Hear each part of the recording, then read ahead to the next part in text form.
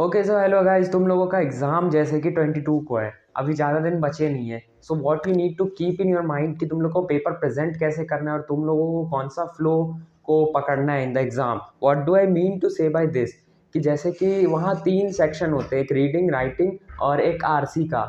तो यहाँ पे तुमको ये बहुत ज़्यादा मेक श्योर करना पड़ेगा कि तुमको कौन सा पहले अटेम्प्ट करना है, क्योंकि तुम ये अगर नहीं सोच के जा रहे हो, तुम एग्जाम में जाके you will be thinking like कि which portion I have to attempt first. तो इसके वजह से जो होगा ना यार, तुम्हारा एक्स्ट्रा 5-10 मिनट खत्म होगा। और एग्जाम में भाई हर एक मिनट मैटर करता है। तो सबसे पहले यार बताते हैं कि मेरा खुद का पर्सनली क्या चॉइस था और तुम लोग किस बेसिस पे चूज कर सकते हो और कौन सा बेसिस चूज करने पे तुमको क्या करना पड़ेगा। तो सबसे पहले यार मेरा जो चॉइस था वो यही था कि लिटरेचर सेक्शन से स्टार्ट करो, देन राइटिंग करो, देन आरसी करो। Why this? क्योंकि लिटरेचर मेरा बहुत ज़्यादा अच्छे तरीके से कवर्ड था। तो उसके वजह से मेरा फर्स्ट प्रेफरेंस हमेशा से लिटरेचर रहा था। और एग्जाम में लिटरेचर मेरा हो भी 1 घंटे में गया था। देन मेरा राइटिंग सेक्शन था एंड देन लास्ट में आरसी। आरसी लास्ट में इसलिए क्योंकि when I was practicing sample question papers, तो थोड़ा सा कहीं ना कहीं आरसी में कंफ्यूजन आ रहा था कंटिन्यूसली। और लिटरेचर में मेरा ये था कि I was continuously writing the answers in the flow. So I was very sure कि लिटरेचर तो यार कर ही लेंगे। आरसी में अगर पहले स्टार्ट करते तो मे भी हो सकता है कोई ऐसा क्वेश्चन आ जाए जिसकी वजह से अटके और थोड़ा पैनिक स्टार्ट में ही हो जाए या फिर थोड़ा सा मिसमैच हो जाए फ्लो का। उसके वजह से मेरा एग्जाम में कुछ ऐसा ब्रेक मेरे को नहीं लाना था। तो I was very sure literature से स्टार्ट करेंगे, then writing section, then in the last RC. और एग्जाम में हुआ भी बहुत, मतलब सेम ही पैटर्न फॉलो करे। बट एक गलती मेरा हुआ ये कि 1 घंटे में मेरा लिटरेचर खत्म। आई इज वेरी हैप्पी कि भाई 40 नंबर अपना 1 घंटे में सिक्योर हो गया है, 2 घंटे में पेपर खत्म। क्योंकि राइटिंग सेक्शन में कुछ होता नहीं है, आरसी में मैक्स टू मैक्स 30-40 मिनट लगते हैं। तो हुआ ये ना भाई कि when I started writing notice, मेरे माइंड से लिटरली पूरा फॉर्मेट ब्लैंक हो गया। मेरे माइंड में कुछ नहीं आ रहा था। आई वॉज लाइक कि ये क्या हो रहा है भाई, इतना प्रैक्टिस करें, इसका 40-40 नोटिस, 20-20 लेटर, क्या अचानक से ऐसा क्या हुआ। तो फिर इंस्टेड ऑफ थिंकिंग कि क्या पैनिक करने के यार बाजू वाला इतना लिख रहे हैं, वो I was very focused on myself. I was just sitting there, close my eyes, started taking, भाई I was just sitting there और बस कामली अपने आप को 2 मिनट के लिए समझाया यार कोई नहीं, चिल करो, आएगा आएगा, दिमाग में आएगा, वेट करो थोड़ा। 2 मिनट हुआ, उसके बाद कंटिन्यूसली मेरे माइंड में अगेन वो आंसर स्टार्ट हो गया आना। मेरा राइटिंग सेक्शन ऑब्वियसली थोड़ा टाइम खा गया। It was around I guess 2 hour 20 minute जब मेरा राइटिंग सेक्शन खत्म हुआ, क्योंकि 1 आवर से 120 के अराउंड तक मेरा टाइम वो पैनिक के अंदर था। सो मेरा कहीं ना कहीं वहाँ टाइम बहुत ज़्यादा वेस्ट हुआ था। तो इसको हैंडल सही से कर लिया। और फिर यार आरसी में ये हुआ ना, आरसी में जब तुम्हारा टाइम कम बचेगा, तुम पैनिक करोगे एग्जाम में। अगर तुम्हारा ज़्यादा क्वेश्चंस बचा है तो तुमको पता है कि तुमको आ रहा है, तो वहाँ पे तुम पैनिक करोगे। तुमको वहाँ नहीं करना है, तुमको आराम से लिखना है। क्योंकि भाई 30 मिनट मेरे पास था, आरसी का जो रिक्वायर्ड टाइम होता है वो 15 मिनट होता है। तो मैंने भी सेम किया, आराम से आरसी को अटेम्प्ट किया था। और मेरे एट द एंड 75 मार्क्स बने थे। और मे बी वो कटे इसलिए होंगे क्योंकि नोटिस वगैरह का जो पैनिक हुआ उसके वजह से फॉर्मेट में थोड़ा सा आई गेस, और उसके लैंग्वेज में थोड़ा सा ऊपर नीचे हो गया था। तो मेरा तो ये था। अभी तुम लोगों को कैसे डिसाइड करना चाहिए कि क्या फ्लो रहना चाहिए, तुम लोग को कैसे करना है। तो सबसे पहले ये देख लो भाई सैम्पल पेपर बनाते हुए कि किस क्वेश्चन में तुमको कितने टाइम लग रहे हैं। If you are very sure कि तुम रीडिंग सेक्शन से स्टार्ट कर सकते हो, I mean to say by this कि आरसी वगैरह अटेम्प्ट कर सकते हो पहले, नो डाउट उससे जाओ।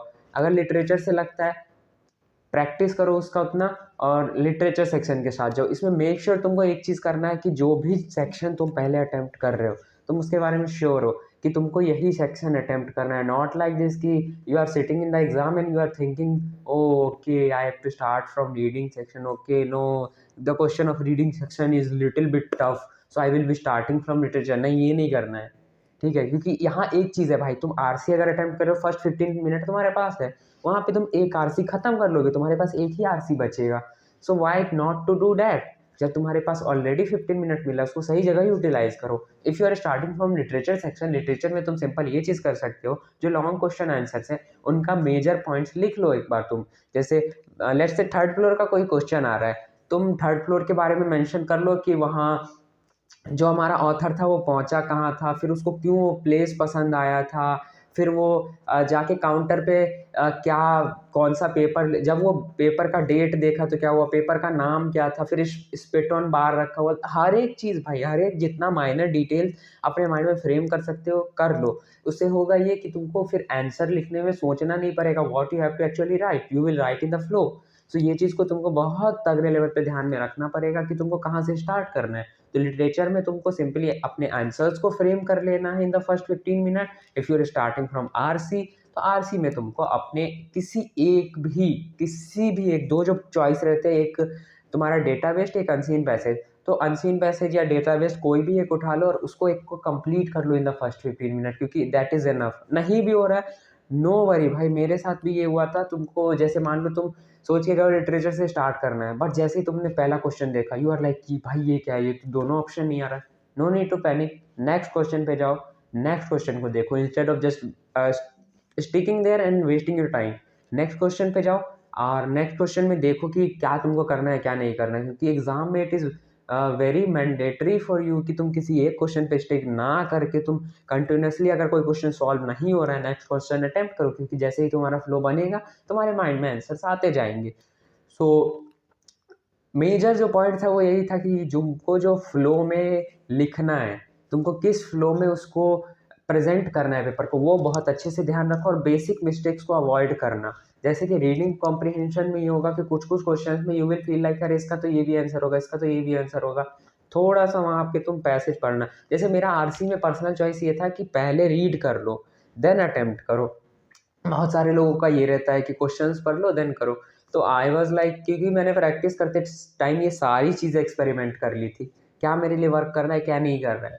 सो आई वाज लाइक कि ठीक है यार, क्वेश्चन थोड़ा सा ऊपर से देख लो, देन आरसी को अच्छे से पढ़ो, देन अटेम्प्ट करो। ये मेरा पर्सनल चॉइस था और इसमें टाइम नहीं लग रहा था मेरा पर्सनली ज़्यादा, क्योंकि आई वाज लाइक कि 5-6 मिनट में तो रीड हो जाता है। देन मेरे पास 10 मिनट है, 10 मिनट में भाई इजीली सॉल्व हो जाता है, क्योंकि मेरे माइंड में इट इज़ ऑलरेडी रजिस्टर कि कौन सा पॉइंट कहाँ है, और पूरा स्टोरी जब पता ही है क्यों नहीं होगा। हाँ, मे भी तुम लोग का कुछ दूसरा अपना ही एक उसका वे हो सॉल्व करने का, उसमें कोई ऑब्जेक्शन नहीं है। You have to just go with the way you like the most, but सारी चीज़ों को क्लियर रखना तुमको कैसे सॉल्व करना है, क्योंकि एग्जाम में जाके तुम कहीं ना कहीं ये सारी चीज़ों को क्लियर नहीं रखोगे कि तुमको कैसे स्टार्ट करना है, तुमको आरसी में पैसेज पढ़ना है या नहीं पढ़ना है, लिटरेचर सेक्शन में कैसे लिखना है, या फिर राइटिंग सेक्शन में कैसे लिखना है। तो वही वो सारी फैक्टर्स हो जाते हैं छोटे छोटे, जो तुम्हारे कहीं ना कहीं मार्क्स कट जाएंगे, या फिर तुम वहाँ पे कहीं ना कहीं फिर अपना टाइम लूज़ करने लगोगे, और वो एक पैनिक सिचुएशन क्रिएट करता है। तो वो मत होने देना। और लिटरेचर सेक्शन में एक चीज़ याद रखना भाई, नो नीड टू राइट बहुत ज़्यादा लंबा आंसर, कि जैसे मेजर मेरे माइंड में भी डाउट रहता था कि यार 5 नंबर का कितना लिखना है। नहीं यार, 1-2 पेज यार एनफ होता है, not more than it. Basically तुमको फोकस इस पे करना है कि how can you right all the important things in the answer, क्योंकि उसको भाई मेजर पॉइंट्स चाहिए, उसको ये नहीं चाहिए कि कोई बंदा आके आर्टिकल लिख के जा रहा है पूरा, नहीं। उसको मेजर जो चीज़ चाहिए वो यही चाहिए कि जैसे अगर कोई क्वेश्चन पूछ रहा है कि थर्ड लेवल पे हमारा राइटर कितने सबवे से गया था, कितने स्टेशन ट्रेवल किया था, फिर कहाँ-कहाँ गया था, तो उसको वो डिटेल दो ना भाई। तुम ये क्यों दे रहे हो कि वो पहुँचने के बाद वहाँ ग्रेन का बिज़नेस करना चाहता था, बिज़नेस करने के लिए उसको पैसा चाहिए था, इसीलिए पैसा रिडीम किया, कोई सेंस नहीं बनता है उसका।